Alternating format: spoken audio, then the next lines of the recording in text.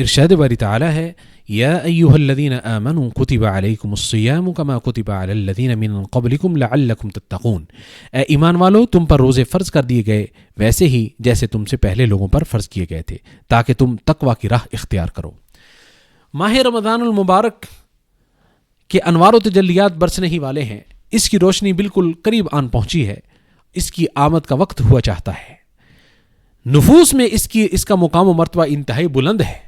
دلوں میں اس کی محبت پیوست ہے اور سب پر اسے فوقیت حاصل ہے۔ اس مہینے کے دن رحمت الہی کے خزینوں سے اور راتیں مغفرت الہی اور رحمت کے جھونکوں سے معمور ہوتی ہیں۔ کائنات کی لذیذ ترین چیز، زندگی کی سب سے خوبصورت شے، آنکھوں کی ٹھنڈک اور عظیم نعمت اللہ تعالیٰ کی طرف متوجہ ہونا اور اس سے لو لگانا ہے۔ اور اس میں بھی سب سے مرکزی کردار دل کا ہوتا ہے کہ آپ قلبی طور پر مکمل اللہ تعالیٰ کی طرف مائل ہو جائیں، اسی کو اپنا مطلوب و مقصود اور آنکھوں کا تارا بنا لیں، یہاں تک کہ آپ کا دل محبت الہی سے سرشار ہو جائے۔ بالخصوص ماہ رمضان میں اور بالعموم زندگی بھر میں رجوع اللہ کے راستے اور دروازے کھلے رہتے ہیں۔ ان میں داخل ہونے کی راہ میں لوگوں کے لیے کوئی بھی چیز مانے نہیں ہوتی۔ اللہ تعالیٰ کی جانب رجوع کرنے کے خوبصورت ترین اعمال میں سے ایک روزہ بھی ہے، کیونکہ ایک مسلمان اپنے کھانے پینے کو صرف رضائے الہی کے حصول کی خاطر ترک کر دیتا ہے، تو جو شخص روزے کے ذریعے اللہ تعالیٰ کی جانب بڑھے گا تو اللہ تعالیٰ اسے ناقابل بیاں جزا و بدلہ اور ثواب عطا فرمائے گا اور اسے بے مثال فضل و کرم سے نوازے گا، جیسا کہ حدیث پاک میں ہے۔ رسول اللہ صلی اللہ علیہ وسلم نے ارشاد فرمایا کہ ابن آدم کے ہر نیک عمل کو 10 گنا سے 700 گنا بڑھا دیا جاتا ہے۔ اللہ تعالیٰ نے فرمایا سوائے روزے کے، کیونکہ وہ میرے لیے ہے اور میں ہی اس کا بدلہ دوں گا۔ وہ میری وجہ سے اپنی جنسی خواہشات اور اپنا کھانا پینا چھوڑ دیتا ہے۔ روزہ رکھنے والے کے لیے 2 خوشیاں ہیں، ایک خوشی اس کے افطار کے وقت اور ایک خوشی اپنے پروردگار سے ملاقات کے وقت اسے نصیب ہوگی۔ اور یقیناً روزے دار کے منہ کی بو اور مہک اللہ تعالیٰ کو کستوری کی خوشبو سے بھی زیادہ پاکیزہ، اللہ تعالیٰ کے ہاں خوشبو کستوری کی خوشبو سے بھی زیادہ پاکیزہ ہے، اسے امام مسلم نے روایت کیا ہے۔ نماز اللہ تعالیٰ کی جانب متوجہ ہونے اور اس سے لو لگانے کا سب سے اہم ترین ذریعہ ہے، کیونکہ اس میں انسان اپنے پروردگار سے سرگوشی کرنے کے لیے کھڑا ہوتا ہے، جیسا کہ رسول اللہ صلی اللہ علیہ وسلم نے ارشاد فرمایا تم میں سے جب کوئی نماز کے لیے کھڑا ہوتا ہے تو اپنے پروردگار سے مناجات و سرگوشی کر رہا ہوتا ہے، اس کی تعریف و تحمید، خشوع و خضوع اور عاجزی و انکساری کے ذریعے اس کے سامنے سرگوشی کر رہا ہوتا ہے کہ وہ اسے معاف کر دے، اس پر رحم کر دے، اسے عافیت سے نواز دے، اسے ہدایت سے سرفراز کر دے، اسے رزق سے مالا مال کر دے۔ جب اس کا دل ان معانی کا ادراک کر لیتا ہے، انہیں سمجھ لیتا ہے، تو وہ اپنی نماز میں قربت الہی کی لذت محسوس کرنے لگتا ہے اور انابت اللہ کی نعمت سے مشرف ہو جاتا ہے۔ اور رمضان میں نماز تو راحت و سرور، سکون و اطمینان اور قسم کی خیر و بلائی کا باعث ہے۔ کتاب اللہ کی ایک آیت کی تلاوت بھی اپنے قاری کو اللہ عز و جل کی طرف متوجہ کر دیتی ہے اور اس کا ہر حرف انسان کو اس کے خالق کے قریب کر دیتا ہے، اس کی رضا مندی کے حصول کا ذریعہ بنتا ہے۔ اور جب رمضان اور قرآن ایک ساتھ جمع ہو جائیں تو پھر ان نعمتوں کے کیا ہی کہنے جو اللہ کی جانب بڑھنے والے لوگوں کو نصیب ہوتی ہیں، اور اس ابر رحمت کے متعلق تو مت پوچھیں جو ان تلاوت کرنے والوں پر برستا ہے۔ جب بھی آپ غور و تدبر سے قرآن کی تلاوت کریں گے تو اللہ تعالیٰ بھی آپ کی جانب خصوصی توجہ کرے گا، اس سے آپ کا مقام کئی گنا بڑھ جائے گا اور نیکیوں سے بھرپور آپ کا اجر و ثواب بڑھ جائے گا، آپ کی زندگی چمک اٹھے گی، جیسا کہ رسول اللہ صلی اللہ علیہ وسلم نے ارشاد فرمایا نا، صاحب قرآن سے کہا جائے گا پڑھتا جا اور چڑھتا جا، یعنی پڑھتا جا اور بلندی کی طرف چڑھتا جا، اور اسی طرح ٹھہر ٹھہر کر پڑھ جیسا کہ دنیا میں پڑھا کرتا تھا، جہاں آخری آیت ختم کرے گا وہیں تیری منزل ہوگی۔ یہ سنن ابی داؤد میں روایت موجود ہے اور عبداللہ بن عمر رضی اللہ تعالیٰ عنہ اس کے راوی ہیں۔ اللہ کی طرف متوجہ ہونے کے لیے صبح و شام و سحر، اٹھتے بیٹھتے ہر وقت ذکر الہی کا دروازہ، وسیع دروازہ کھلا ہے۔ اللہ تعالیٰ سے لو لگانے والا یہ ماہ رمضان میں ایک ایک لمحے سے فائدہ اٹھاتا ہے، اور رمضان کا سایہ تو معمولی سا سایہ ہے جو بہت تیزی سے ختم ہونے والا ہے، لیکن اس کا اجر انتہائی عظیم ہے اور اس کی فضیلت بہت زیادہ ہے۔ امام بخاری نے ابو ہریرہ رضی اللہ تعالیٰ عنہ سے روایت نقل کی ہے کہ رسول اللہ صلی اللہ علیہ وسلم نے ارشاد فرمایا، اللہ تعالیٰ فرماتا ہے میں اپنے بندے کے گمان کے ساتھ ہوں، جیسا وہ گمان مجھ سے رکھے، اور میں اس کے ساتھ ہوں جب وہ میرا ذکر کرتا ہے، اگر وہ میرا اپنے دل میں ذکر کرتا ہے تو میں بھی دل میں اس کا ذکر کرتا ہوں، اور اگر وہ میرا ذکر لوگوں میں کرتا ہے تو میں ان لوگوں سے بھی بہتر لوگوں میں اس کا ذکر کرتا ہوں۔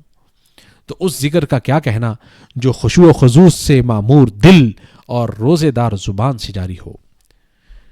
رمضان میں دعا کی اہمیت و منزلت بہت بڑھ جاتی ہے۔ جب چاروں طرف رات کا سناٹا چھایا ہوتا ہے، شب دیجور اپنی چادر پھیلا دیتی ہے اور ظلمت و تاریکی اپنا پردہ گرا دیتی ہے، تو انسان ایسے وقت میں اپنے پروردگار سے سرگوشی کرتا ہے اور زبان حال سے یوں گویا ہوتا ہے، اے میرے پروردگار، تیرے علاوہ کون ہے جس سے میں امیدیں لگاؤں اور جس کی پناہ لوں؟ میں گناہوں کا بوجھ لے کر تیری چوکھٹ پر آیا ہوں، تو مجھے بخش دے، مجھ پر رحم فرما دے اور میرے دل کو نور سے بھر دے۔ اللہ سبحانہ و تعالیٰ کے خزانے عطا و بخشش سے نہیں گھٹتے، وہ تمہارے ہر گرتے آنسو کو دیکھتا ہے، تمہارے حزن و ملال اور دل کی بے چینی کو جانتا ہے، تمہارے سارے دکھ درد پر اس کی نگاہ ہے، وہ تمہاری دعا اور گریہ ازاری کو سنتا ہے، بلکہ دعا میں الحاح و گریہ ازاری کرنے والے انسان کو پسند کرتا ہے۔ وہ کبھی اپنے بندے کی دعا سے اکتاہٹ محسوس نہیں کرتا، بلکہ وہ حد درجہ خوش ہوتا ہے۔ ارشاد باری تعالیٰ ہے نا، وَإِذَا سَأَلَكَ عِبَادِي عَنِّي فَإِنِّي قَرِيبٌ أُجِيبُ دَعْوَةَ الدَّاعِ إِذَا دَعَانِ فَلْيَسْتَجِيبُوا لِي وَلْيُؤْمِنُوا بِي لَعَلَّهُمْ يَرْشُدُونَ۔ اے نبی، اگر آپ سے میرے بندے میرے بارے میں پوچھیں تو فرما دیجئے، کہہ دیجئے میں قریب ہوں، پکارنے والے کی پکار کا جواب دیتا ہوں جب وہ مجھے پکارتا ہے۔ بس انہیں چاہیے کہ میرے حکم کو مانیں اور مجھ پر ایمان لائیں تاکہ راہ راست پر آ جائیں۔ رمضان المبارک میں اہل ایمان زخمیوں کی آہیں سننے، مظلوموں کی مدد کرنے، کمزوروں کی داد رسی کرنے اور مسلمانوں کے درد بانٹنے کے لیے بے تاب ہو جاتے ہیں، اور یقیناً یہ رجوع اللہ کی خوبصورت ترین صورتوں میں سے ایک ہے۔ یہ اخوت ایمانی کے حقوق میں سے ایک بنیادی حق بھی ہے اور آسمان والے کی رحمت کے حصول کا موجب بھی ہے، جیسا کہ رسول اللہ صلی اللہ علیہ وسلم نے ارشاد فرمایا، رحم کرنے والوں پر رحمان رحم فرماتا ہے، تم زمین والوں پر رحم کرو تو آسمان والا تم پر رحم کرے گا۔ اسے ابو داؤد نے روایت کیا ہے۔ اللہ تعالیٰ کی طرف متوجہ ہونے کے ثمرات میں سے اگر آپ کو یہی ایک ثمرہ حاصل ہو جائے کہ اللہ تعالیٰ آپ کی طرف متوجہ ہوتا ہے تو یہی کافی ہے۔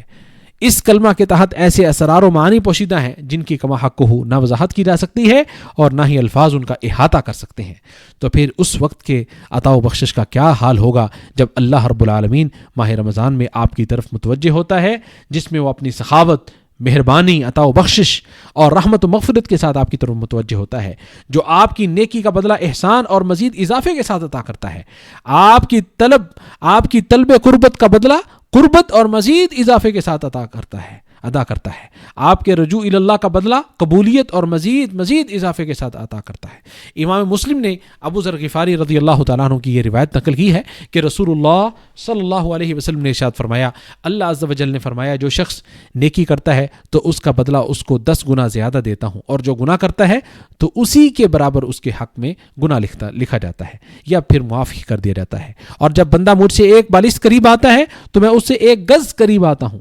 اور جب بندہ 1 گز قریب ہوتا ہے تو میں 1 ہاتھ قریب ہوتا ہوں، جب بندہ میری طرف چل کر آتا ہے میں اس کی طرف دوڑ کر آتا ہوں۔ سبحان اللہ۔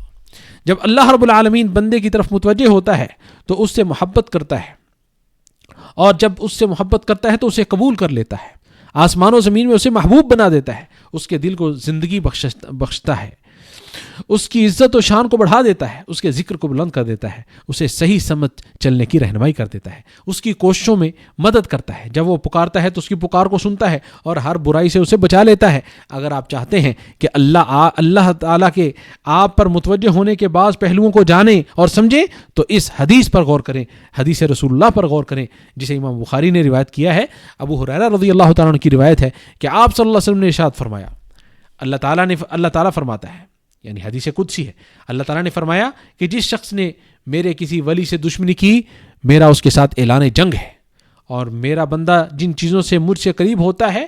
ان میں سب سے زیادہ وہ چیزیں ہیں جو میں نے اس پر فرض قرار دی ہیں، اور میرا بندہ نوافل کے ذریعے میرا قرب حاصل کرتا رہتا ہے یہاں تک کہ میں اس سے محبت کرنے لگتا ہوں، اور جب میں اس سے محبت کرنے لگتا ہوں تو پھر اس کے نتیجے میں اس کا کان بن جاتا ہوں جس سے وہ سنتا ہے، اس کی آنکھ بن جاتا ہوں جس سے وہ دیکھتا ہے، اس کا ہاتھ بن جاتا ہوں جس سے وہ پکڑتا ہے، اور اس کا پیر بن جاتا ہوں جس سے وہ چلتا ہے۔ اگر وہ مجھ سے کسی چیز کا سوال کرتا ہے تو میں اسے ضرور عطا کرتا ہوں، اگر وہ کسی چیز سے میری پناہ چاہتا ہے تو میں اسے ضرور پناہ دیتا ہوں، اور کسی چیز کے کرنے میں مجھے اتنا تردد نہیں ہوتا جتنا تردد ایک مومن کی روح قبض کرنے پر ہوتا ہے، جو موت کو ناپسند کرتا ہے اور مجھے اسے غمگین کرنا ناپسند ہوتا ہے۔